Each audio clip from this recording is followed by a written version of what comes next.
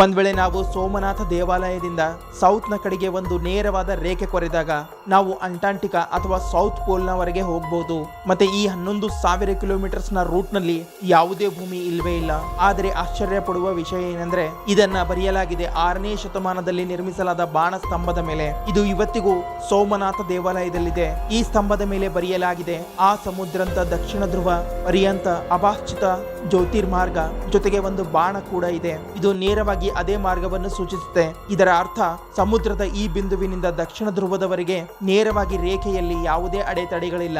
ಮತ್ತೆ ಇದನ್ನ 1500 ವರ್ಷಗಳ ಮುಂಚೆ ಯಾವುದೇ ಸ್ಯಾಟಲೈಟ್, ಯಾವುದೇ GPS, ಯಾವುದೇ ನ್ಯಾವಿಗೇಷನ್ ಸಿಸ್ಟಮ್ ಇಲ್ಲದೆ ಇದ್ದಾಗ ನಮ್ಮ ಪೂರ್ವಜರು ನಿರ್ಮಾಣ ಮಾಡಿದ್ರು.